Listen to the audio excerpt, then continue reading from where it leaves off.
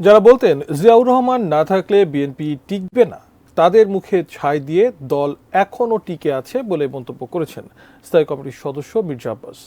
দুপুরে রাজধানীর নয়াপল্টনে কেন্দ্রীয় কার্যালয়ের সামনে দলটির প্রতিষ্ঠাতা জিয়াউর রহমানের 43তম শাহাদত বার্ষিকী উপলক্ষে গণদোয়ার আয়োজন করা হয়। দোয়ার আগে আলোচনা সভায় দলটির স্থায়ী কমিটির সদস্য মির্জা আব্বাস বলেন, বিএনপিকে ধ্বংস করার ক্ষমতা কারও নেই, স্বাধীনতা শুধু বিএনপির হাতেই নিরাপদ। সরকারের সমালোচনা করে মির্জা আব্বাস বলেন, দ্রব্যমূল্যের ঊর্ধ্বগতির মধ্যেই জ্বালানি তেলের দাম আবারও বাড়িয়েছে সরকার।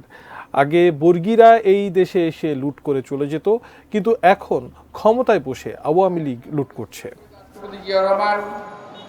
নাই, বিএনপিও নাই। যারা ভাবে বিএনপি নাই কিংবা থাকবে না, তাদের মুখে ছাই দিয়ে বিএনপি আল্লাহর রহমতে টিকে আছে এবং বিএনপি টিকে থাকবে আজীবন।